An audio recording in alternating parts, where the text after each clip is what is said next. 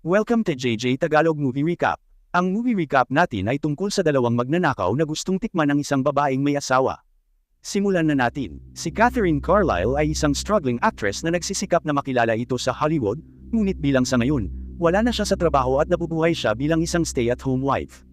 Nakatira siya kasama ang kanyang mayamang asawang si Richard sa kanilang marangyang tahanan sa Laurel Canyon. Si Richard ay isang matagumpay na producer sa Hollywood na nakilala niya habang nagtatrabaho sa isang maikling pelikula.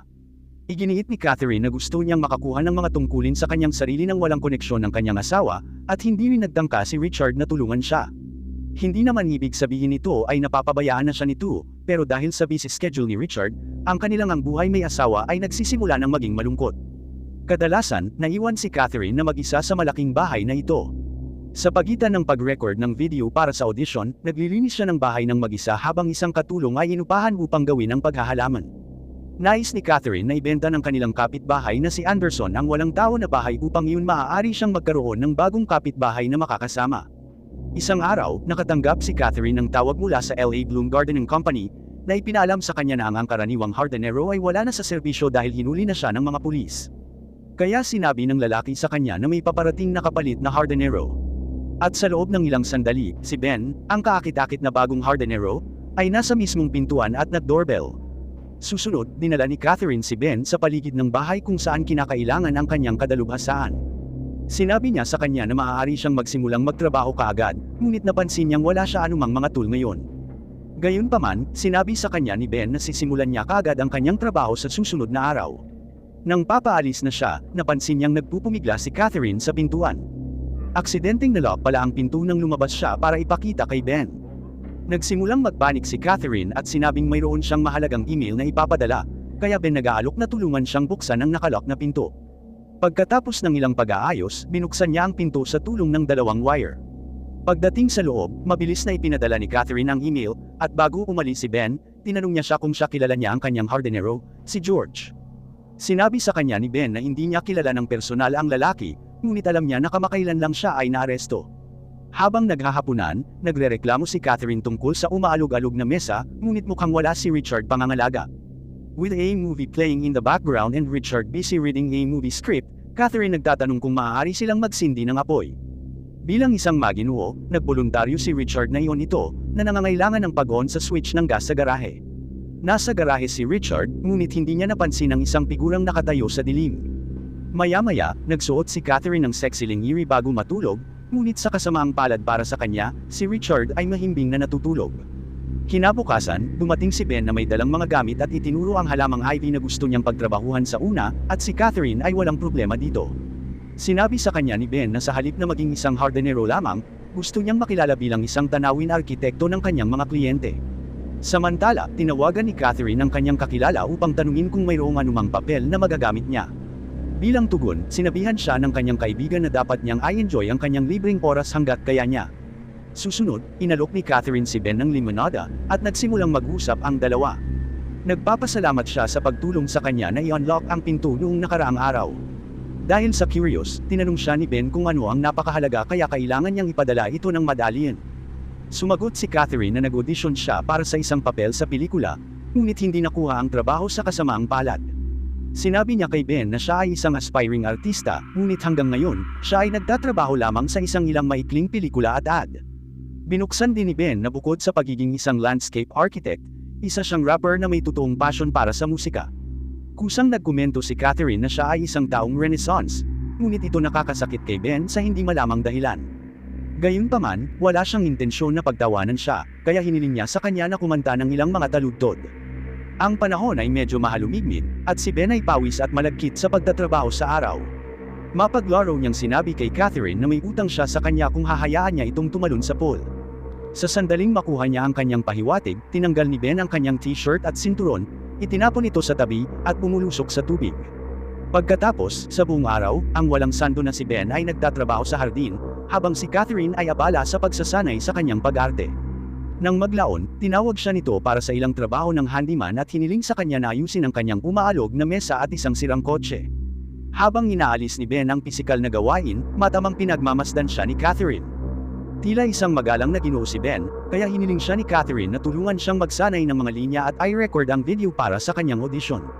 Matapos ay record ang video, tinanong ni Catherine ang kanyang opinyon tungkol sa kanyang pag-arte. Sa totoo lang ay walang ideya si Ben, at sa buong katapatan, sinabi niya sa kanya na nahanap niya ang corny euro, hindi ang acting niya, kundi ang script. Kapag nagalok siya sa kanya ng pera para sa tulong na ito, nasaktan si Ben at nag-walk out.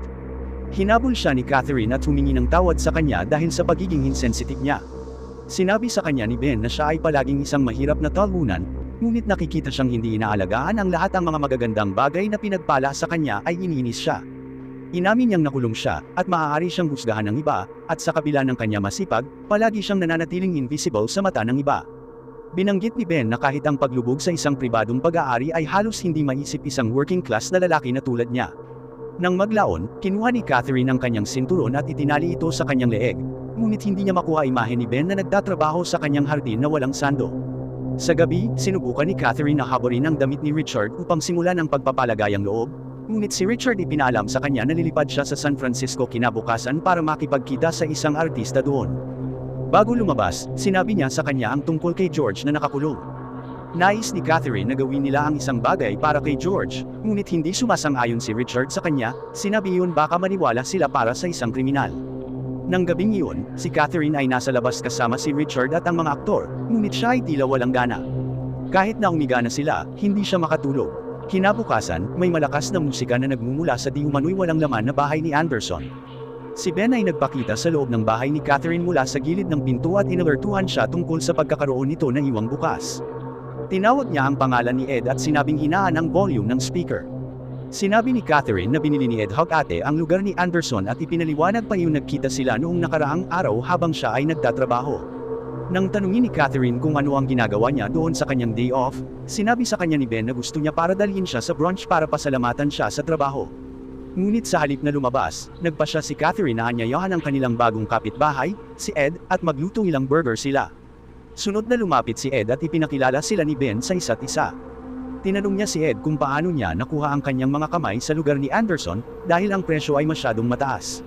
Sinabi sa kanya ni Catherine na nagtatrabaho siya sa Silicon Valley at binigay sa kanya ang kanyang card.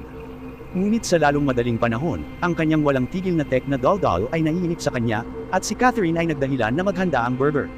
Samantala, umasok si Ben sa kusina upang tulungan siya sa paghahanda ng burger. Ibinunyag niya na dati siyang tagaluto ng kainan sa Fresno. Nagtanong siya tungkol sa kanyang kasal at nagtanong kung bakit hindi siya tinulungan ni Richard sa kanyang karera. Sinabi lang sa kanya ni Catherine na ayaw niyang gamitin ang koneksyon ng kanyang asawa para sa landing isang papel para gumaan ang pakiramdam niya. Sinabi sa kanya ni Ben na pinanood niya ang kanyang maikling pelikula kagabi at sinasabing talagang nagustuhan niya ito. Sinabi ni Catherine sa kanila ang namamahala sa kusina at nagdahilan sa sarili na magpalit para sa kaganapan sa pag-ihaw. Sa susunod na eksena, bumaba si Catherine kung saan umiinom ng beer sina Ben at Ed. Ibinigay nito sa kanya ang sinturong iniwan niya noong nakaraang araw. Nagsama-sama ang tatlo at nagsimulang mag-chat, at sa lalong madaling panahon, ang burger party ay naging isang inuman at sayawan. Ngayon, sina Ben at Catherine ay sumasayaw sa klasikal na musika, habang si Ed ay nilulunod ang sarili sa alak at nakatingin sa kanila na sumasayaw. Sa hilig ng musika, nalinlang sina Ben at Catherine na mapusok na halikan ng isa't isa, at halos makalimutan na nila ang presensya ng ikatlong tao sa kwarto. Inihiwalay ang sarili kay Ben, tila pinagsisihan ito ni Catherine, at sa likuran, parang may pinagtatalunan sina Ben at Ed. Ngayon, gusto ni Catherine na sundan ni Ben si Ed para maiwasan ang posibleng gulo, at mayroon din siya para sunduin si Richard sa airport. Gayunpaman, sinabi sa kanya ni Ben na may ilang oras pa bago dumating si Richard at hinihiling sa kanya na makipag-inuman sa kanya. Daan-daang inakay ni Ben ang lasing na si Catherine sa kwarto sa itaas. Sa puntong ito, nag-rewind ang pelikula sa 2 araw bago kung saan dumating sina Duque at Oaks, 2 thugs pababa sa California upang hawakan ang may-ari ng gasolinahan para sa mga inumin at isang pakete ng sigarilyo. Isipin na ang Duque ay ang tunay na pangalan ni Ben na lumitaw sa bahay ni Catherine bilang isang hardinero, at ang totoong Ed ay pinatahimik ng mga thug na ito, habang si Oaks ay nagpapanggap na si Ed. Nakita nila sa kauna-unahang pagkakataon si Catherine sa iisang gasolinahan na halos masira ang pagmamaneho sa kanya pababa ng kotse. Ang totoong Ed Hogate, sa kanyang 1970 Buick Electra, ay dumating upang punan ang kanyang sasakyan. Noong una, nilapitan nila si Ed na nagpapanggap na sira ang sarili nilang sasakyan, at sinabihan siya na papunta na rin sila sa Beverly Hills Hotel. Pilit nilang pinapasok ang sasakyan nito at nagbanta na susundan ang sasakyan ni Catherine. Matapos matiyak na hindi bubuksan ni Ed ang kanyang bibig, pumunta sila sa kanilang sariling paraan. Habang naglalakad, nakita nila ang puting convertible ni Catherine. Dahil hindi sila makapunta ng diretsyo at makuha ang gusto nila, palusot sila at nakakita ng bahay na nakabukas ang mga ilaw at sikat ng araw. Nilibot nila ang bahay na ito at nakakita ng bintana sa itaas na direktang nakatingin sa bahay ni Catherine Poole. Nang mapansin nila si George na Hardenero, si Duque ay may plano na paalisin siya mula sa kanyang trabaho. Dumaan siya sa mailbox ni Catherine upang malaman ang pangalan ni Richard, at sa paggamit ng kanyang pangalan, tumawag si Duque sa pulisya at nagulat ng isang peking reklamo laban kay George. Ang kanilang plano ay gumagana ng kamangha-mangha habang ang mga pulis ay dumating upang hulihin siya. Susunod, tinawag niya si Oakes na Catherine, na nagpapanggap na isang tao mula sa LA Bloom Gardening, at ipinaalam sa kanya ang tungkol sa pagdating ng bagong Hardenero. Matapos matagumpay na lokohin ang inosenteng babae, binisita niya si Catherine. Nang gabing iyon, pumuslit sila sa garahe ni Catherine para lang makaupo sila sa puting convertible na iyon. Kaya lang, pumasok si Richard para buksan ang gasolina, pero buti na lang, hindi niya ginagawa makita sila. Ngayon, para maging maayos na Hardenero, kailangan nila ang mga kasangkapan, kaya gumagala ang dalawa sa paligid upang makita kung ano ang maaari nilang mahanap. Sa sandaling iyon, gamit ang kanyang Espanyol, matagumpay na hiniram ni Duque ang mga kagamitan sa paghahalaman mula sa isang nagsasalita ng Espanyol kapwa. Pagkatapos noon, kakaibang pinagmamasdan ni Oakes ang paglapit ni Duque at Catherine. Mamaya, hinarap niya si Duque at tinanong kung nai-inlove na ba siya dito. Sinabi sa kanya ni Duque na wala siyang pinagkaiba sa kanya at nagtatanong kung gusto niyang patayin siya o buhay. Nang gabing iyon, pagkatapos ipadala si Oakes para ibalik ang truck, pinanood niya ang maikling pelikula ni Catherine, at ang huling piraso ng palaisipan ay ang araw na inanyayahan ni Catherine ang kanyang bagong kapitbahay, si Ed Hogate. Dati, kapag si Duque at Oakes ay nagtatalo tungkol sa isang bagay, ito ay talagang tungkol kay Duque nagsisinungaling kay Oakes tungkol sa pagkakaroon ng safe sa bahay. Sinabi sa kanya ni Duque na hahayaan niya muna siya kung titigil siya sa panggugulo dito, at pagkatapos ay lumabas si Oakes, at bumalik sa kung saan kami umalis kanina. Dinala ni Duque si Catherine sa kanyang kwarto, at conscious pa rin siya na sila ni Richard iyon kwarto. Bago siya dalhin ni Duque sa ibang lugar, nilinaw niya ang tungkol sa Oakes na hindi nagtatrabaho sa Silicon Valley at gustong makuha siya. Ipinagtatapat niya ang kanyang pag-ibig para sa kanya kapag wala siya sa tamang pakiramdam. Pagkatapos, kinuha niya si Catherine at dinala sa walang laman na bahay ng Anderson. Samantala, ligtas na nakarating si Richard sa airport. Sinusubukan niyang tawagan si Catherine, ngunit dahil hindi siya makalusot, tinaak niya ang daan patungo sa bahay. Samantala, sa bahay ni Anderson, inilagay siya ni Duque sa kama at sinenyasan si Oakes na magpatuloy. Paglabas niya ng silid, pumaibabaw si Oakes sa kanya at pinagbantaan siyang papatayin kung lilipat siya. Si Oakes ay isa lamang duwag na wala man lang lakas ng loob na saktan siya. Binitawan niya ang babae, ngunit hindi siya pinabayaan ni Duque kapag lumabas ito ng bahay. Sinampal niya si Catherine, dahilan para matambo siya ng gusto sa lupa, at lumapit si Oakes para pigilan ang kasamahan niya, sinasabi sa kanya na huwag siyang patulan. Pareho silang nahulog sa pool, at sa panahon ng tunggalian, sinaksak ni Duque si Oakes, na iniwan siyang mamatay. Sa kanyang huling mga salita, humingi ng paumanhin si Oakes kay Duque dahil sa hindi niya nagawang pagpatay sa kanya. Sa oras na ito, pumasok si Catherine sa kanyang bahay at sinubukang tumawag ng pulis, ngunit hinayla si Duque ang kordon ng telepono. Tumakbo siya palabas at nakita si Oakes na nahihirapan sa pool ng kanyang dugo. Sa pagtatangkang magdago kay Duque, pumasok si Catherine sa pool at nagdago sa ilalim ng katawan ni Oakes, ngunit sinimulan niyang alertuhan si Duque. Pagkatapos ay binaligtad niya ang kanyang katawan upang ang kanyang mukha ay manatiling nasa ilalim ng tubig at kumapit hanggang sa siya ay mamatay. Ilang sandali pa, pag-uwi ni Richard, nakita niya ang magulo na estado ng kanyang bahay at nahanap niya si Catherine sa tabi ng pool. Sinabi niya sa kanya na tumakbo nang dumating si Duque mula sa kabilang panig. Habang nag-aaway sina Duque at Richard sa labas, tumakbo si Catherine sa loob ng bahay at binunot ang baril na nakadisplay sa dingding. Lumabas siya na may dalang baril at binaril si Duque ng maraming beses bago siya bumalik at niyakap siya ni Richard. Ilang buwan na ang lumipas pagkatapos ng kasuklam-suklam na pangyayaring ito, at nagtagumpay si Catherine sa Hollywood. Hindi na siya side character sa mga pelikula, habang ang mga tauhan ng pelikula ay nagtitipon-tipon upang pumalakpak siya sa shooting wrap-up.